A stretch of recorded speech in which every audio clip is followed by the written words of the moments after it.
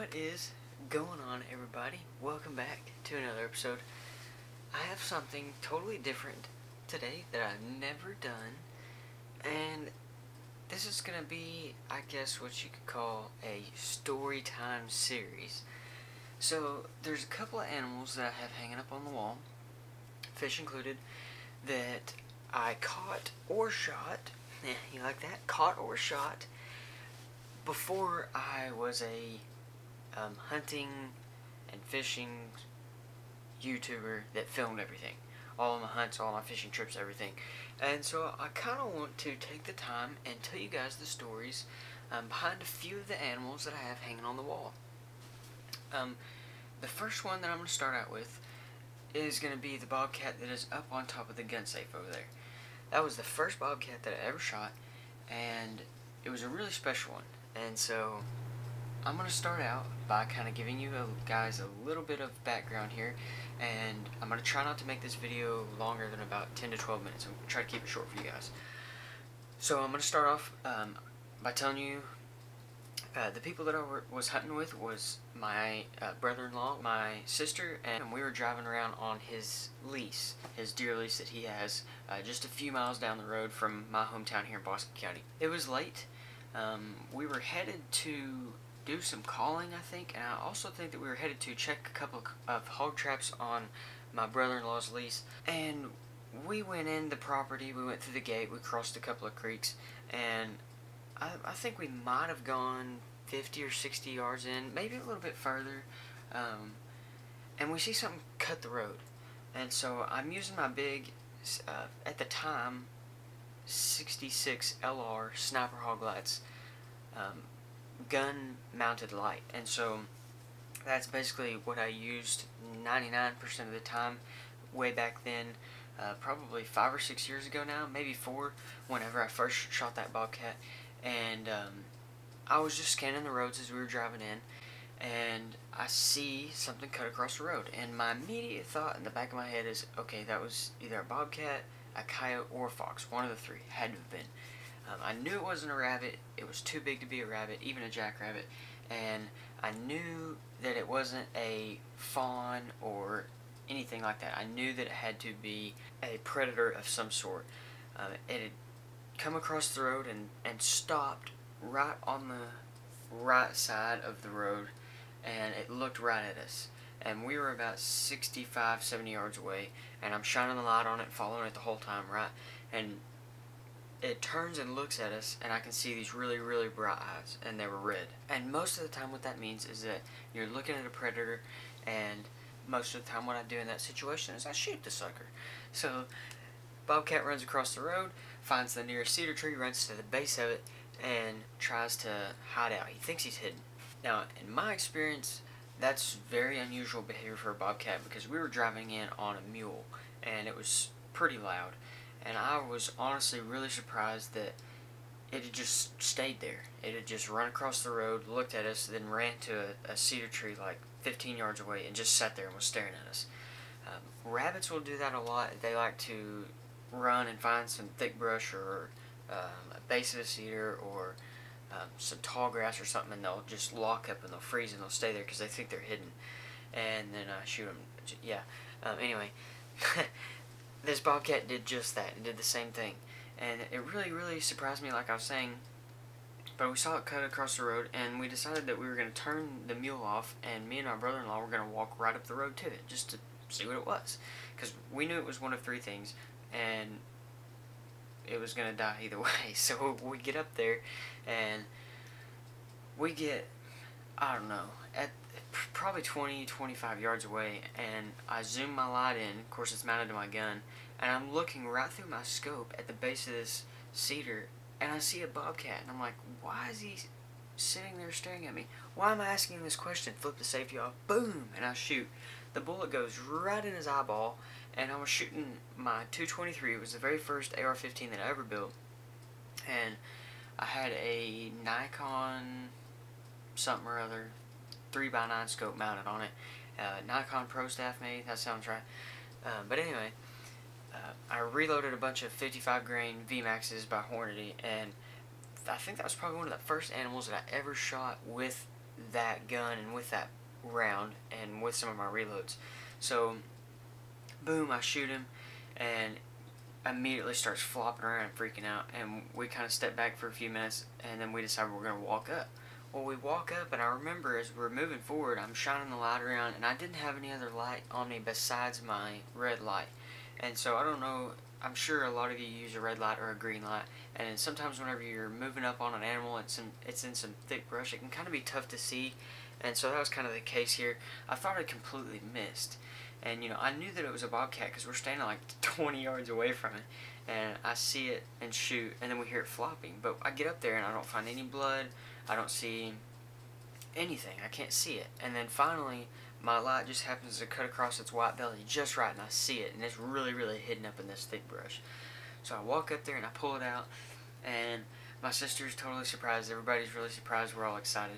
I was probably 14 or 15, maybe.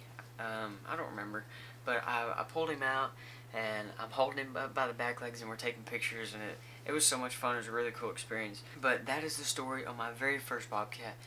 My sniper hog lights helped me achieve that one, helped me take that one down. I also have another bobcat hanging up on the wall up here, and I will tell you guys that story in a separate video. If you guys enjoy these kinds of videos, let me know in the comments below. I'll try to do one of these about once a week, because I know that I've got the very first buck that I ever shot. I've also have this pig right here, which you guys can't really see because it's out of frame, but this pig right here, which is, I think, the biggest boar that I've ever shot with a gun. He's hanging right there. I can tell you guys a story on him. And, of course, the fish over there as well. So, I got lots of different stories, hunting stories, and some other stuff that I can share with you guys. I think y'all might enjoy this series. It's kind of something a little bit different, something to kind of throw in with the podcast and all the other hunting footage I'm trying to bring you guys. And I hope that y'all enjoyed the South Texas series there for a minute. I'm hoping that we can pick that up and start that again here really soon. And another thing I wanted to mention while I'm sitting here is that I want you guys to go check out Custom Archery Accessories. Use promo code right here, 4B_bowhunting_outdoors, and you guys can get 20% off your order.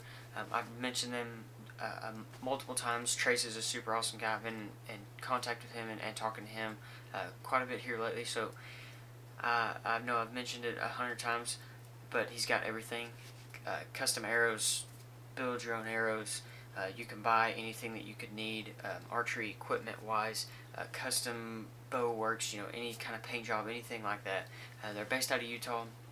Again, Trace is a super good guy. You guys will want to jump over there and check Custom Archery Accessories out. I will leave the link to the website down below in the description box. I really should be in bed because I have to get up early and go to work in the morning, but I wanted to get some of this footage out for you guys and have you something to watch during the week and keep you guys entertained. Lots of bass fishing coming up. I've got some turkey hunting coming as well. Not this coming weekend, but the weekend after that, I have a turkey hunt 3 weekends in a row, so I'm super excited about that. A couple of them will be with John from Fearless Life Outdoors. If you guys have not already, his channel will be linked down below as well. You can jump over there and check him out. He's got some really awesome content coming out. Lots of whitetail and actually a lot of footage from hunting up north. So he does a lot of the mule deer and elk and stuff like that. So you guys will definitely want to jump over there and check some of that content out. He's in the middle of editing like 6 months worth of footage, so he's got stuff for every week. And I'm also hoping to get into a bunch of that this year as well, which I'm like 85% sure that I'm going to be able to do that this year. I'm super excited.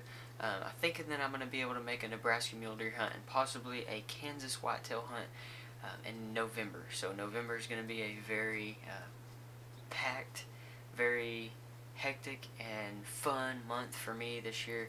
And of course our rut will be kicking off here in Texas in November, and so I'm going to be hunting as much as possible. I'm going to try to get out and do some bow fishing with the warmer weather and the clearer water. I think I'm going to be able to get out and take guns and shakes and strips with me, and of course Dylan and Gage as well, and hopefully we can get out and slay some fish. Hog hunting as always, you guys know that. Just got feeders filled on the lease, and we've kind of been giving them a little bit of a break. We've been slaying them suckers, so I'm hoping that whenever we get back out there in the next couple of days that we will really be able to keep tearing up the hogs and shooting them dudes, because it's one of my most favorite things to do, and I'm excited to get back out there and continue doing that for you guys. One last thing I want to mention is my Instagram will be linked down below at 4B Bow Hunting and Outdoors if you guys want to jump over there and check that out.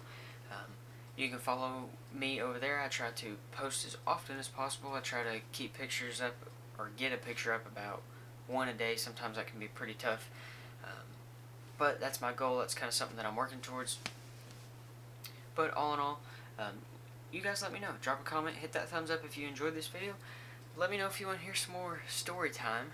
I think it's maybe a little bit more interesting than podcast, because I'm kind of telling you about a hunt instead of so much about hunting, but podcast will continue all the same. I know that a lot of you have learned a bunch of information and stuff from some of the podcasts that I filmed with a couple of different people, and I am going to do one coming up on my bow, on my entire setup, and I'm going to talk about arrow, flight, and FOC and stuff like that. I just want to make sure that I have all my information rounded up, and I actually I have a really good person in mind to film this podcast with me, because he knows a lot about archery and that sort of thing, and so I think I'm going to get a hold of him and we're going to meet up and film that podcast. I think you guys will really enjoy it and really learn a lot, and through my research I've kind of been able to refresh my memory and actually learn some new things as well. But with that being said, I hope I didn't break the 10-minute mark too much. Thank you guys so much for watching. Please hit that subscribe button, keep hitting that thumbs up, keep dropping those comments, and most importantly, keep hitting that share button. We're growing rapidly, and I can't thank you guys enough for supporting me and doing what I love. And thank you so much for all the kind words and the comments. I love hearing what you guys have to say. Y'all are absolutely amazing, and I'll catch you on the next one.